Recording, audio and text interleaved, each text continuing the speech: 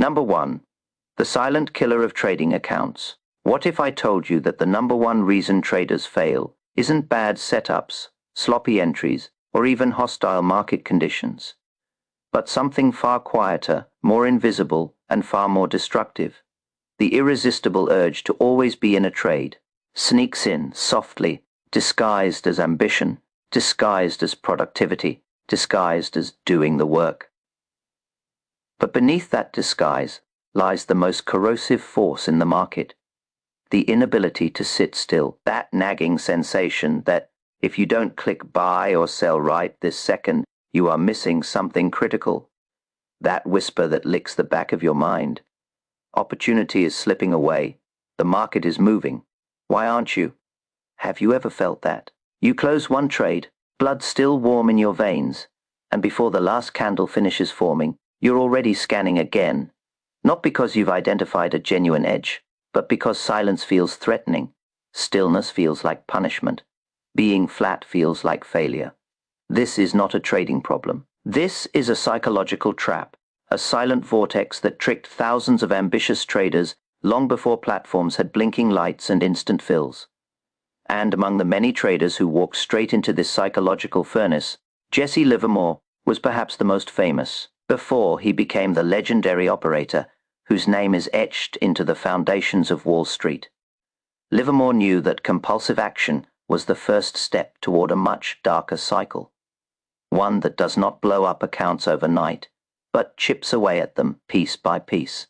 He called it the hunger for action, and once that hunger takes hold, the rest of the downfall unfolds with cold mechanical precision.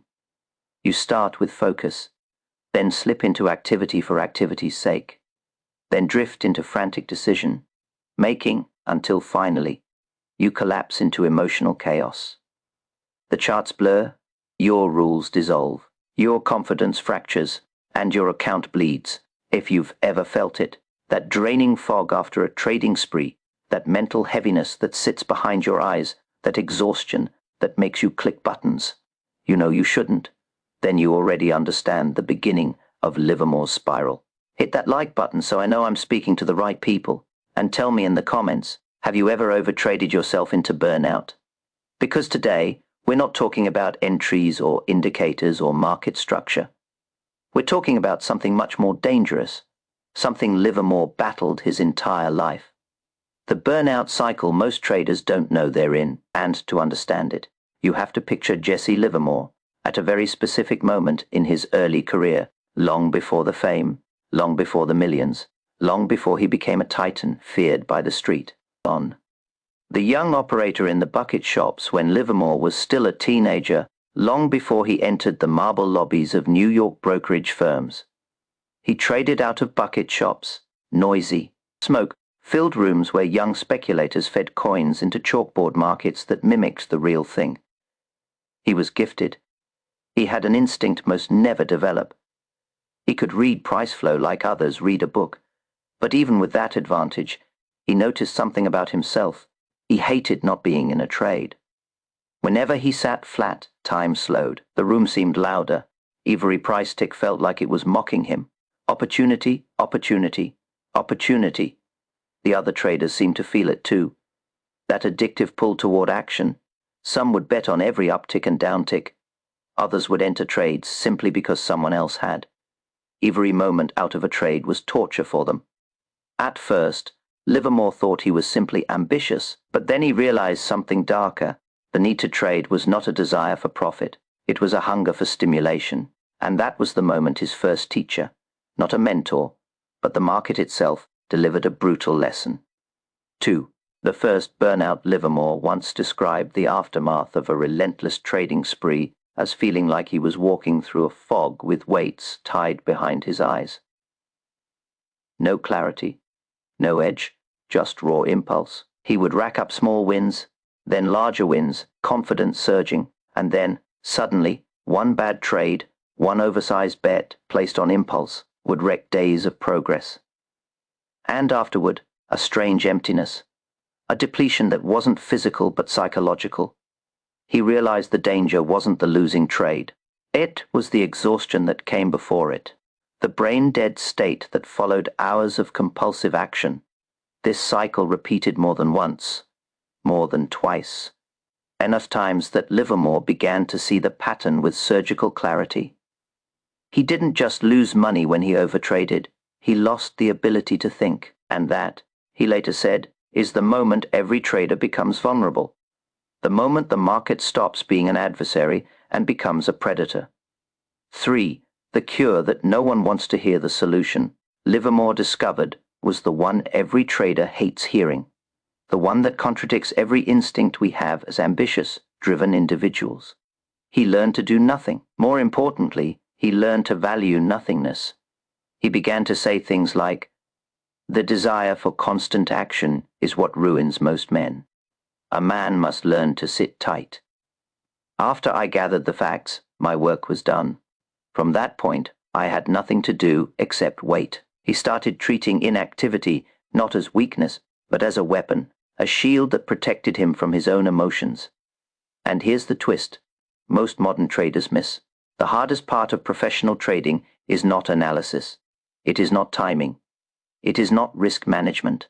The hardest part is resisting the urge to trade when you have no edge.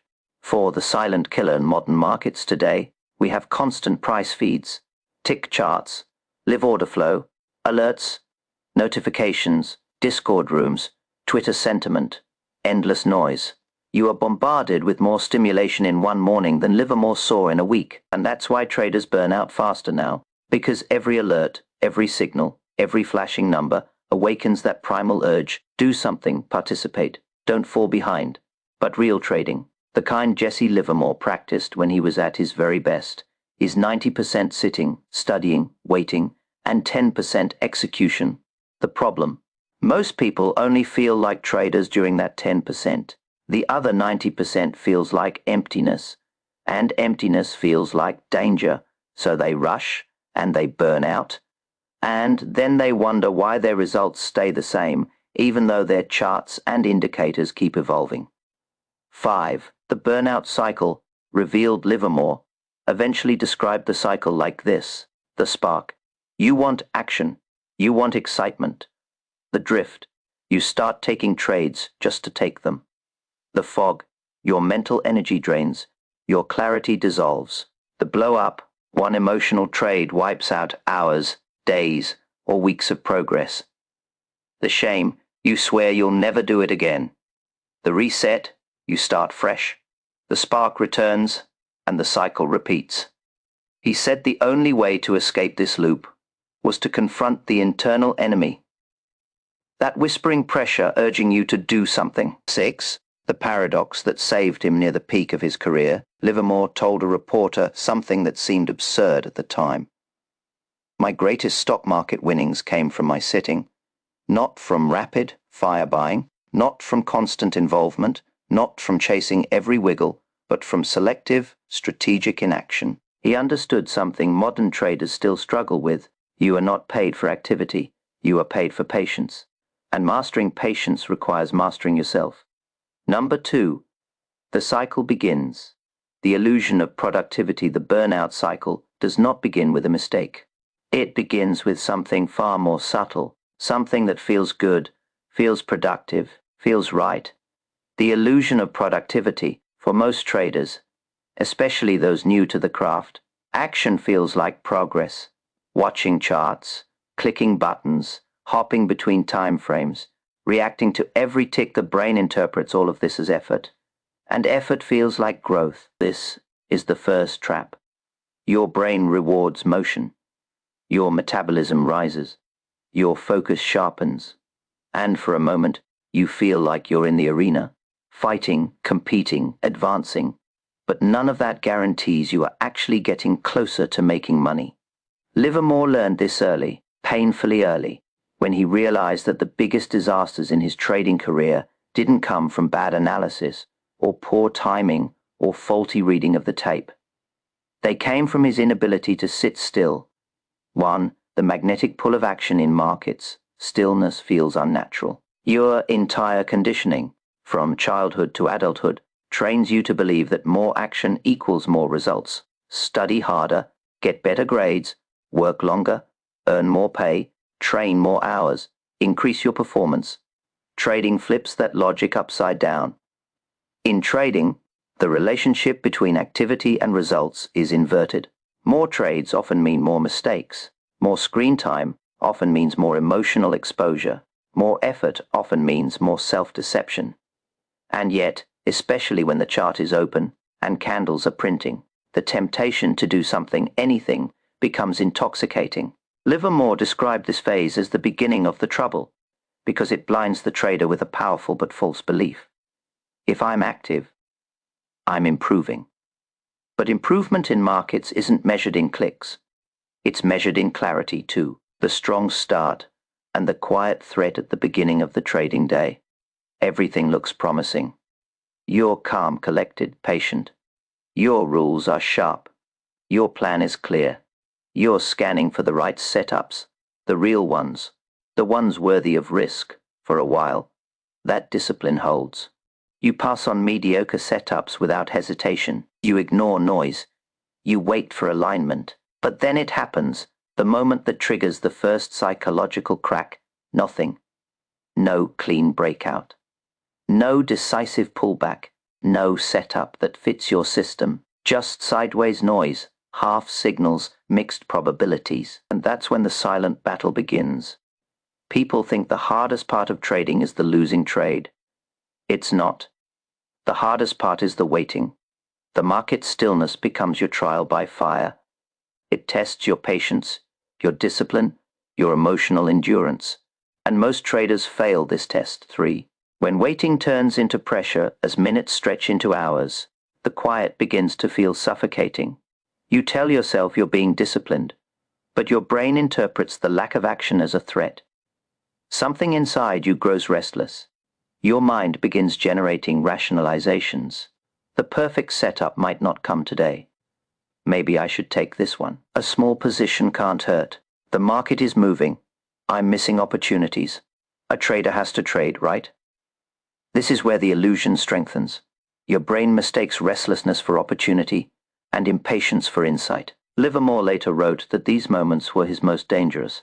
The moments when he had studied the tape, found nothing, and instead of respecting the silence, he tried to fill it. He once said, "In the absence of a clear signal, I manufactured one." Manufactured signals are the fuel of overtrading. 4. The shift from analysis to activity. There comes a point, sometimes gradual, sometimes suddenly, when your intention subtly shifts. You stop looking for the right setup. You start looking for any setup. Your brain starts scanning for justification instead of validation. You're no longer analyzing. You're hunting for excuses. Your trading window becomes a slot machine. Every new candle a pull of the lever. This is where the cycle truly begins, because the illusion has now matured into conviction. You believe you are being productive. You believe you are doing meaningful work. You believe the action itself is worthwhile. But under this illusion, your discipline starts to erode. Edges become blurry, rules become optional, and market noise begins masquerading as opportunity. 5. Livermore's first major lesson in his early bucket shop years. Livermore would sometimes spend entire mornings waiting for a clear pattern, and when nothing came, he would become agitated. Other traders would place bets on fluctuations as small as half a point. Their excitement was contagious, their urgency palpable. Livermore began to feel like he was falling behind simply because he wasn't trading, and so he took trades he shouldn't have, trades that didn't meet his criteria, trades that didn't reflect his understanding of the tape. At first, nothing catastrophic happened. He would scratch or take small losses, maybe even some small wins.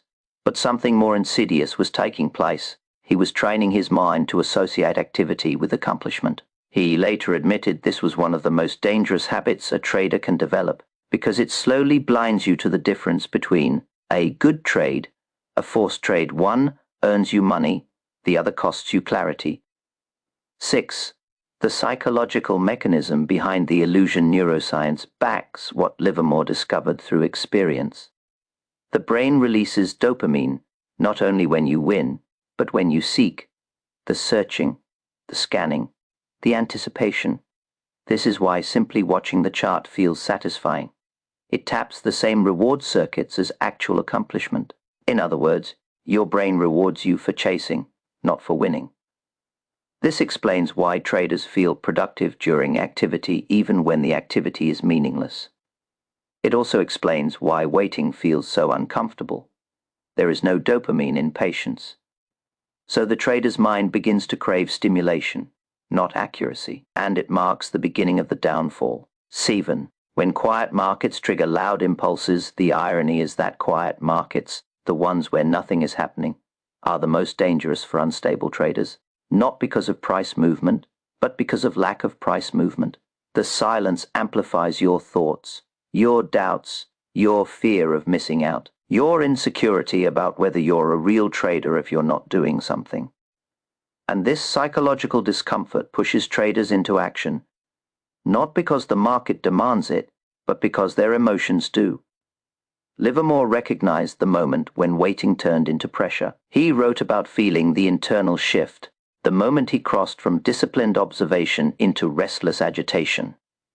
That shift is where the illusion of productivity becomes a trap.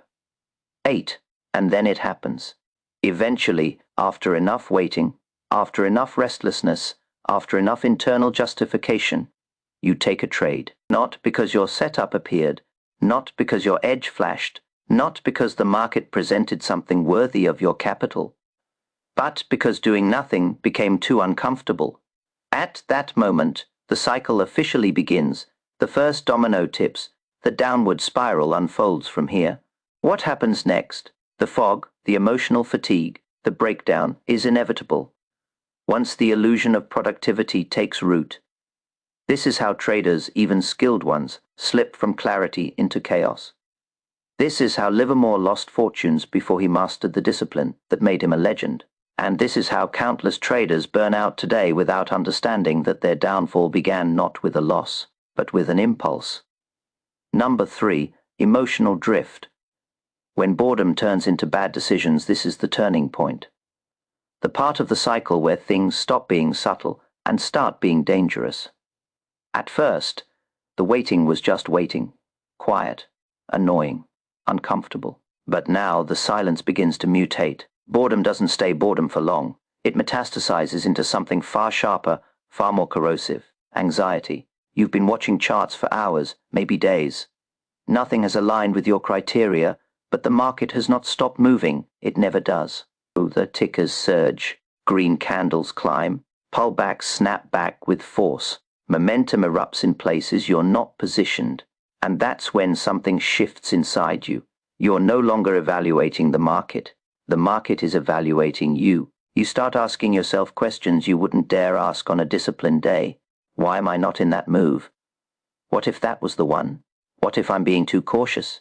What if I lose my edge by not trading? This internal interrogation marks the beginning of what Jesse Livermore called emotional drift, the slow creeping takeover of your psychology.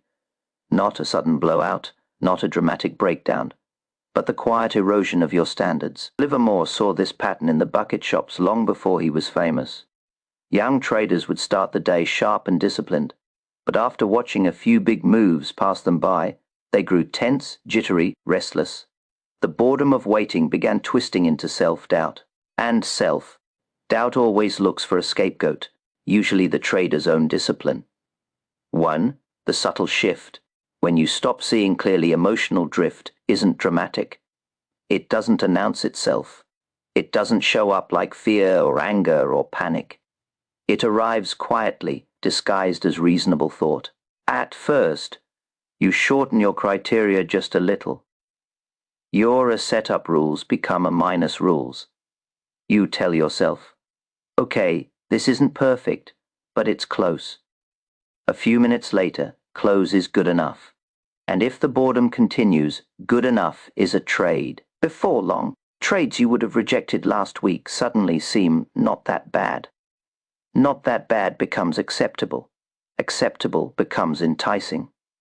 Enticing becomes justification. Justification becomes click. This sequence is universal.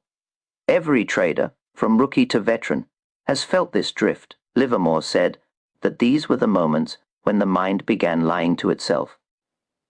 Not openly, not maliciously, but subtly, quietly, enough to turn solid reasoning into soft reasoning. And soft reasoning is what destroys accounts. 2. The market's trap. Highlight real psychology. What makes this phase so dangerous is that the market begins to show you exactly what you're missing. Every move you're not part of feels amplified. Every surge feels personal.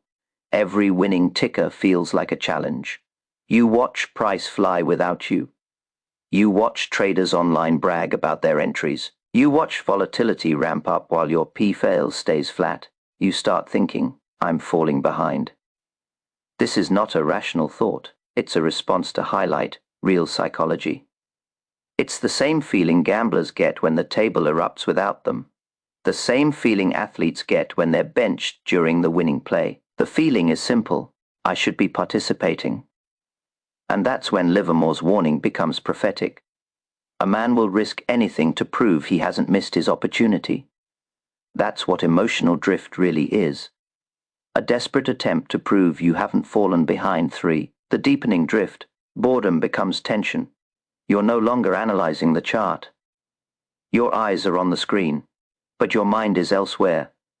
Your internal narrative has shifted from wait for the right opportunity to why haven't I taken one yet? And that change, small as it seems, rewires your entire decision-making process. Your standards begin to blur. Your rules begin to feel restrictive. Your strategy, once your shield, starts feeling like a prison. You begin interpreting discipline as hesitation, and hesitation as weakness. This is the malicious brilliance of emotional drift. It turns your strengths into liabilities. Livermore admitted that some of his worst decisions were made on days when he simply grew tired of waiting. He said the quiet markets were more dangerous than the volatile ones because they destabilized him from the inside. A sideways chart can be more threatening than a crashing one because boredom is a predator with infinite patience. For the internal debate that signals danger, there comes a moment, and every trader knows this moment, when you start negotiating with yourself. A tiny internal voice begins whispering, okay, maybe this isn't a perfect setup. You answer, but nothing else is moving. The voice presses, and the market is showing some signs. You counter? Well, the voice delivers the final blow. Just take a small position, just get involved, just feel the market again. This is not logic, this is not analysis, this is bargaining. The same psychological dance addicts perform when talking themselves into just one more. Livermore described this phase as the market taking hold of a man's nerves. He said trading wasn't just about reading prices, it was about resisting the internal negotiation that leads to sabotage. And here, in the emotional drift phase, your psychology begins steering the wheel. Your strategy, once your guiding compass, becomes a silent passenger. 5. The sliding standards. Your trading criteria, once firm and uncompromising, begin to soften. What used to be a bright line becomes a blurred suggestion. This is the precise moment where the downward slope begins. A mediocre setup becomes pretty decent. A risky trade becomes manageably risky. A stretched entry becomes worth a shot. The transformation is subtle.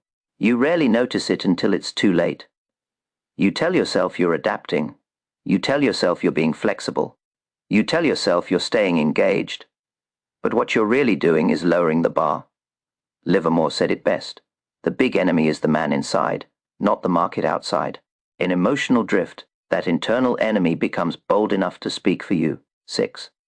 The first emotional trade, the point of no return eventually, after enough rationalizing, enough boredom, enough tension. You click the button. Not because the market offered a gift. Not because your system flashed a signal. Not because the tape spoke to you, but because you were tired of waiting. This trade is almost never profitable. It might show green for a moment, but even if it does, the victory feels hollow. Because deep down, you know, this trade wasn't earned, it wasn't disciplined, it wasn't strategic, it was emotional. And emotional trades always cost more than their P-fail suggests. They cost clarity, they cost focus, they cost psychological capital. And worst of all, they open the door to more emotional trades. This is the inflection point, the moment Livermore feared most. Because once the drift takes hold, the next phase becomes inevitable. The fog, the exhaustion, the poor decisions, the breakdown. The slope that begins with boredom ends with chaos. 7. The confession moment.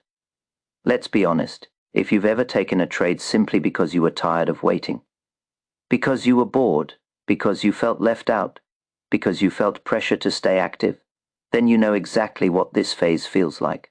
So if you've ever been guilty of that, go ahead and type guilty in the comments, because recognizing emotional drift is the first step to breaking the cycle. Number 4, overtrading.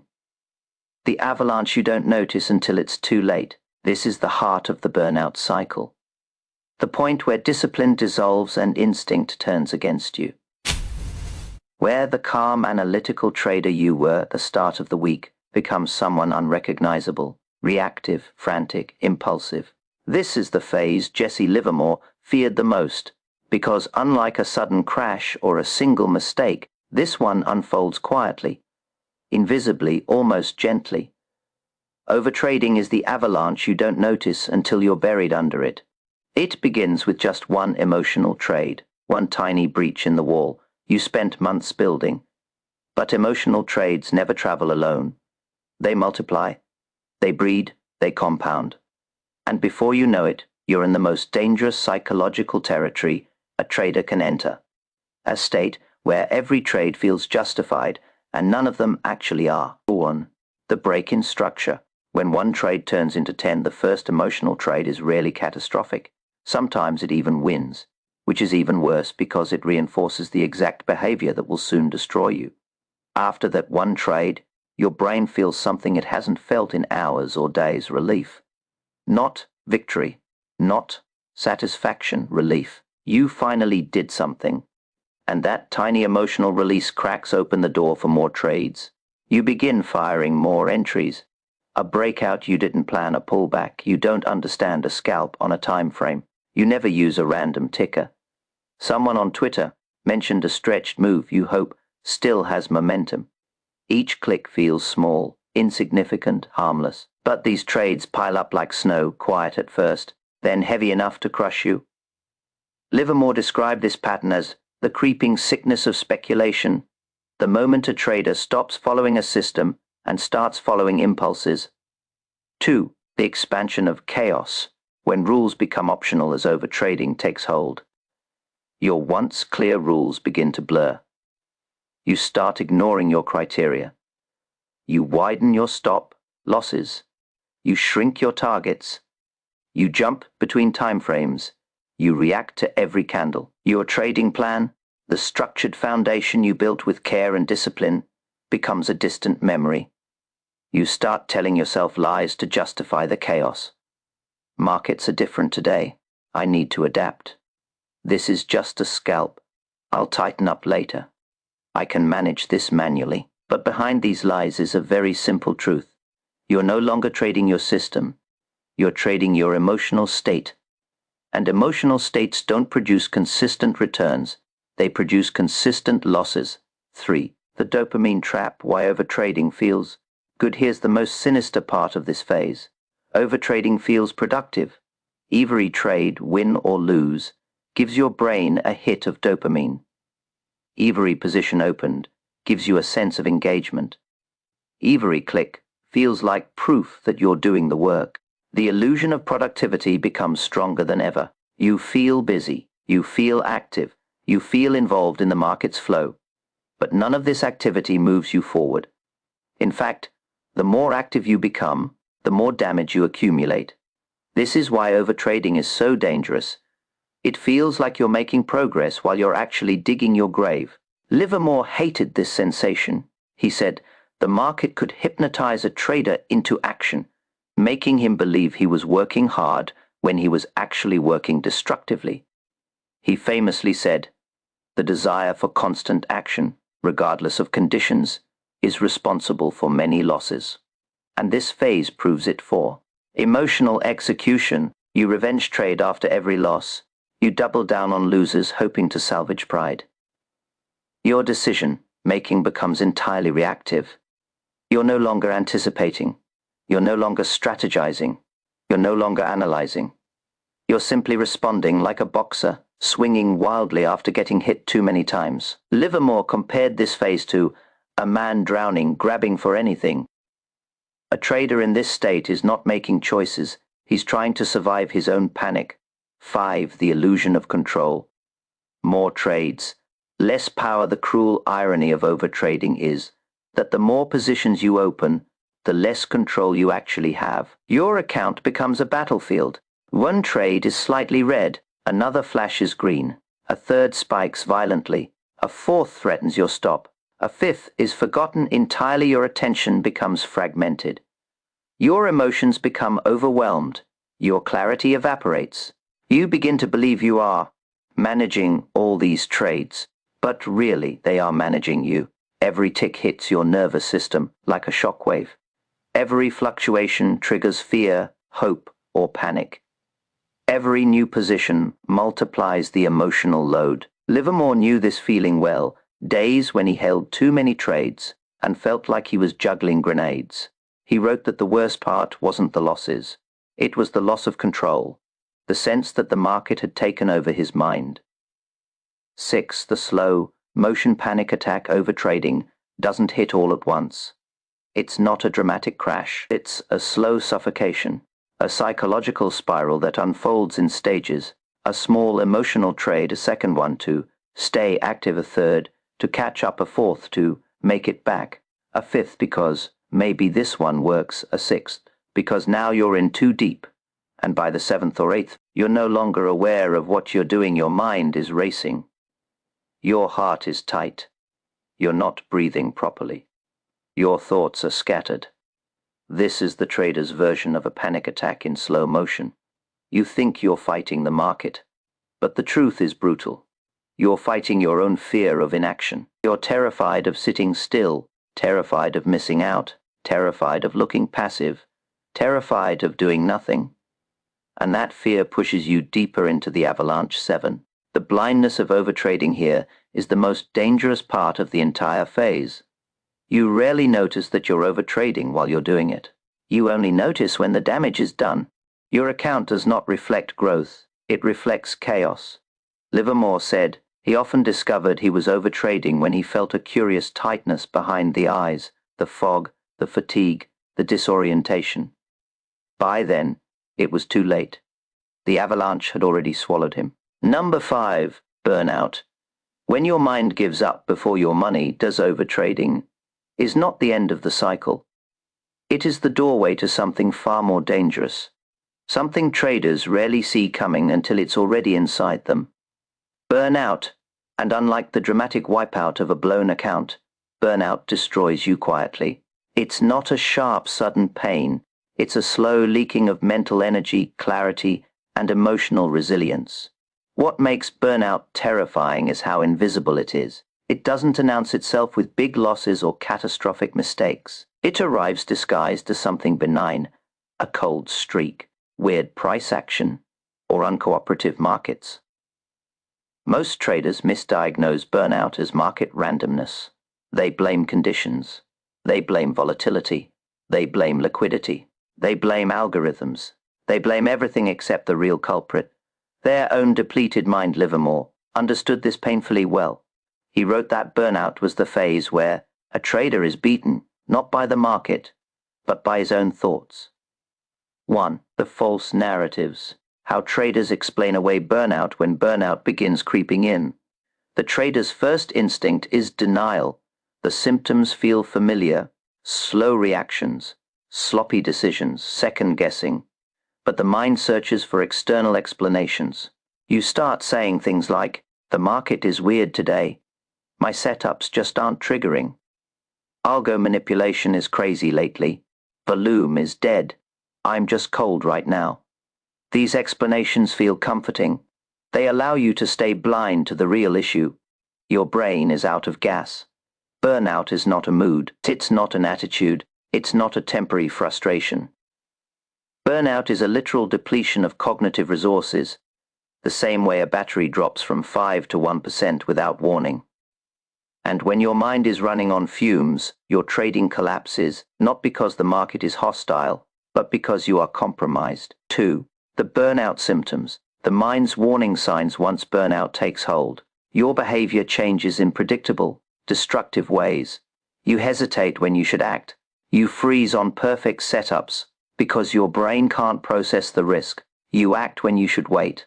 You take low-quality trades because you're too mentally tired to wait for better ones. You cut winners too early. The emotional capacity to ride trends evaporates. Holding feels like stress, not strategy. You let losers run too long. You avoid cutting them because your mind can't handle the pain of taking another hit. Your decision making becomes inverted. What used to be intuitive now feels forced. What used to be obvious now feels confusing. Noise and signal become indistinguishable. You stop thinking in probabilities. You start reacting emotionally. Every candle becomes a threat. Every pullback feels catastrophic. Every surge feels like a missed opportunity. Your trading becomes pure survival instinct.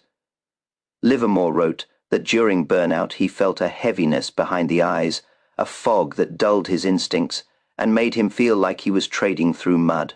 He said it was the most dangerous state a trader could be in, not because the market changes, but because your ability to see it collapses. 3. The loss of confidence when self-belief crumbles. One of the cruelest aspects of burnout is what it does to a trader's confidence. You begin doubting everything: your strategy, your intuition, your timing, your discipline, your identity as a trader. Even when you see a valid setup, you hesitate, second-guessing yourself, mistrusting your own analysis. A part of you whispers, "What if I'm wrong again?" Then, ironically, when a bad setup appears, you're more likely to take it because burnout makes you crave relief, not accuracy. This is the phase where traders start making consistency, killing statements like, "Maybe my system doesn't work anymore. Maybe I'm missing something. Maybe I don't know how to trade after all." But nothing is wrong with the system. Nothing is wrong with the trader's knowledge. Nothing is wrong with the market. Your mind is simply exhausted. For the body keeps score. Physical symptoms of mental exhaustion, burnout, is not just psychological. It manifests physically: heavy eyelids tight, jaw shallow breathing, shoulder tension, slow reaction time. Difficulty focusing, mental fog, emotional numbness. Your body is trying to signal a critical truth. You are no longer in a state to make good decisions. But traders ignore these signals because stopping feels like weakness. The urge to push through becomes overwhelming.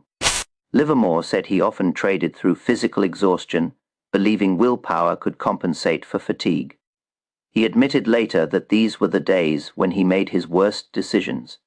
Because exhaustion doesn't just weaken your trading, it replaces strategic thought with survival instinct. 5. The fog. When the market becomes noise in burnout, the chart no longer tells a story.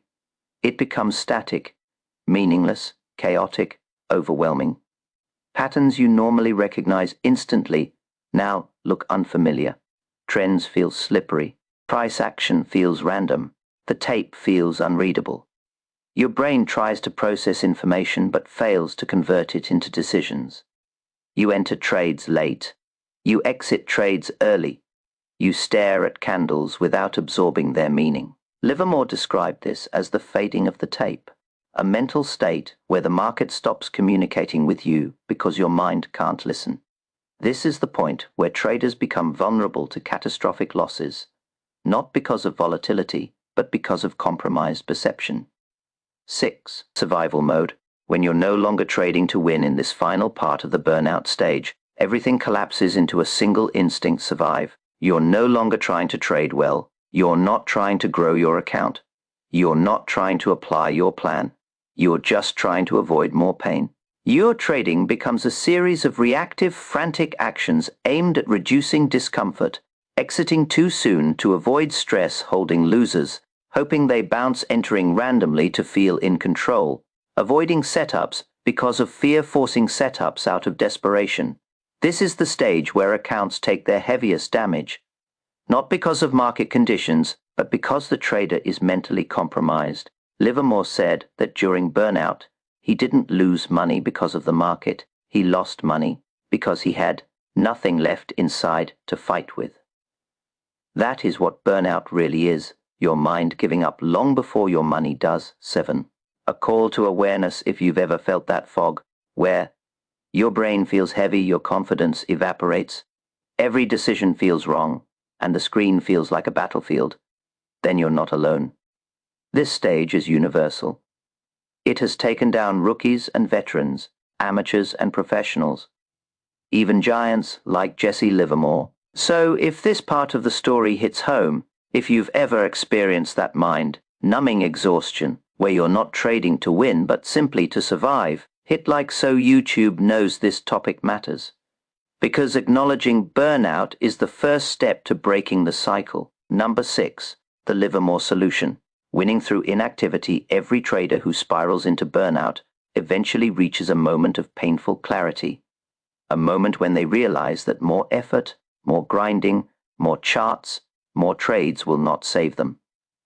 Jesse Livermore reached this moment too. He had gone through the same cycle countless traders still go through today. Focus fey, emotional drift fey, overtrading fey, burnout. He had lived in the fog, made emotional trades, lost clarity, lost control, lost money, and eventually realized something most traders never understand. The cure for burnout is not more discipline. The cure is less activity, not fewer mistakes, not tighter stops, not more rules. Less activity. It sounds counterintuitive, even lazy, to the modern trader conditioned to hustle harder, grind non-stop, and always stay active. But Livermore realized something that contradicted the psychology of nearly every trader around him. Activity destroys traders. Selectivity makes them rich. This understanding was the turning point of his career. The counterintuitive revelation. Livermore's breakthrough didn't come from a new indicator or a new trading method. It came from observing human nature, his nature in the market's harsh mirror. He discovered that the worst trades came from boredom. The worst losses came from forced action. The worst decision making came from fatigue, and the worst mental states came from constant involvement. He called this revelation the great irony of speculation. The best traders don't find more trades, they eliminate most of them. This flipped his entire relationship with the market. From that point on, he wasn't hunting for trades. He was filtering them out. His goal was no longer to be active, but to avoid being active, unless conditions were perfect. He shifted from participation to precision. 2. The power of selective trading. Livermore realized that almost every trader loses money, not because they lack skill, but because they lack patience. Skill helps you identify good opportunities. Patience prevents you from touching the bad ones, and most opportunities are bad. He began to see the market differently, not as a series of chances, but as a landscape full of traps. The goal was not to engage with every movement. The goal was to wait until conditions unmistakably aligned. That meant ignoring 90% of setups, discarding anything that felt forced, passing on trades that were almost right, avoiding noise, distractions, and market chatter, acting only when his analysis, instinct, and timing merged into one clear signal. He often said that his greatest trading skill was not trading, and when he did trade, it was intentional, planned, and unhurried. 3. There's a time to trade and a time to sit. Livermore became famous for a saying that modern traders quote often but rarely understand. There's a time to trade and a time to sit. To most people, sit means do nothing, but to Livermore, sitting was an active process. Sitting meant watching the market breathe. Sitting meant letting trends develop without interference. Sitting meant observing both price and his own emotional state. Sitting meant waiting for confirmation instead of predicting outcomes. Sitting meant protecting mental capital as seriously as financial capital. This wasn't laziness. This was strategy. This was discipline in its highest form. The ability to resist the temptation of action long enough for the market to reveal something real. Modern traders love action. Livermore learned to love the absence of action. 4. Money is made sitting. Not thinking, perhaps his most famous quote, is the one traders misunderstand the most. Money is made sitting, not thinking. People assume this means be passive. But Livermore meant something deeper. You do the analysis. You build the plan. You study the conditions. Then, and this is the hard part, you stop meddling. You stop tinkering. You stop second guessing. You stop looking for reasons to enter early. You stop trying to outsmart the tape. You stop letting impatience push you into premature action. You wait, and while you wait, you do nothing. That was Livermore's superpower. He trusted his process enough to sit on the sidelines until the exact moment the market aligned with his plan. All his big moves, the ones that made him millions, were built on the foundation of waiting.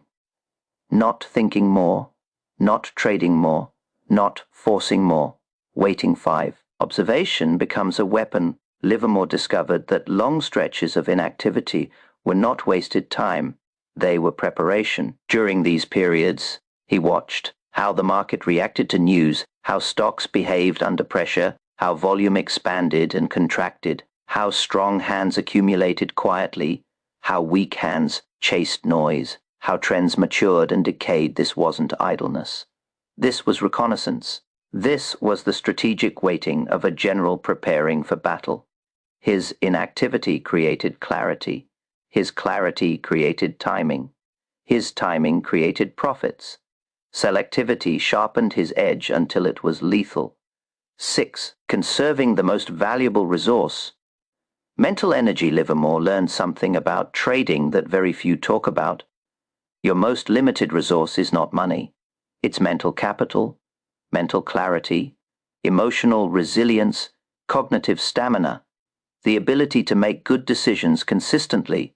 Every trade you take drains this resource. Every moment you force action weakens your decision.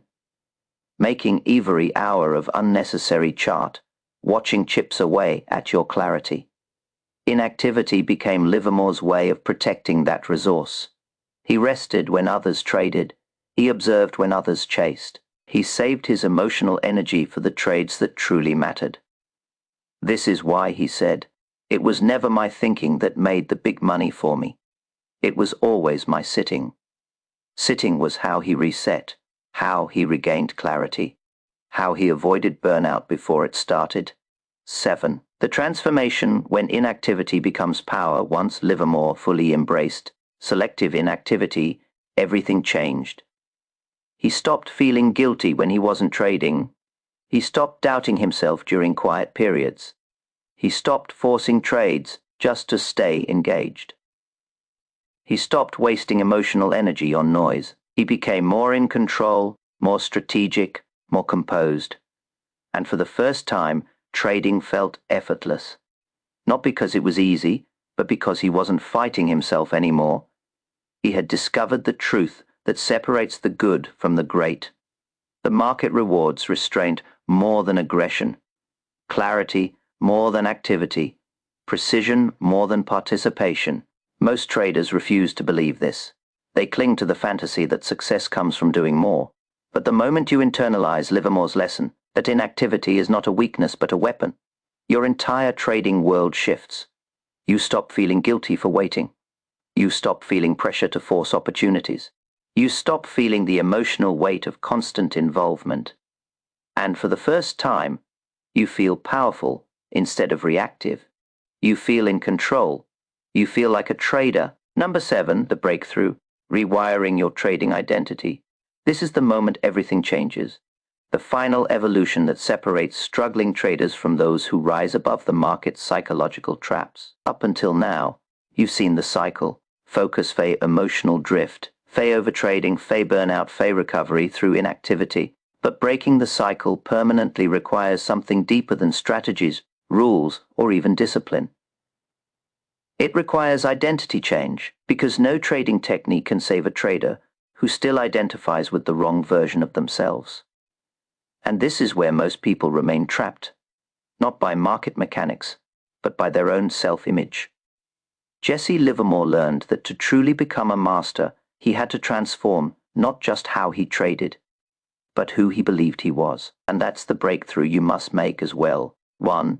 The old identity. The trader who trades. Most traders start with a simple but flawed identity. A trader is someone who trades. It sounds logical. It feels intuitive. It seems obvious, but it's wrong. This identity pushes you into constant activity, always scanning, always analyzing, always reacting, always searching, always clicking. Because if you're not trading, you feel like you're failing. Your brain thinks inactivity is falling behind. Your ego thinks inactivity is weakness. Your emotions think inactivity is missed opportunity. So you trade more. You force setups. You chase moves. You burn out.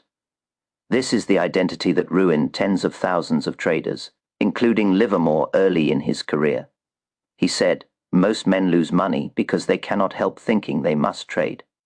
This identity produces compulsive behavior, not strategic behavior. It creates pressure where none is needed. It creates urgency where none exists. It creates mistakes that never had to happen.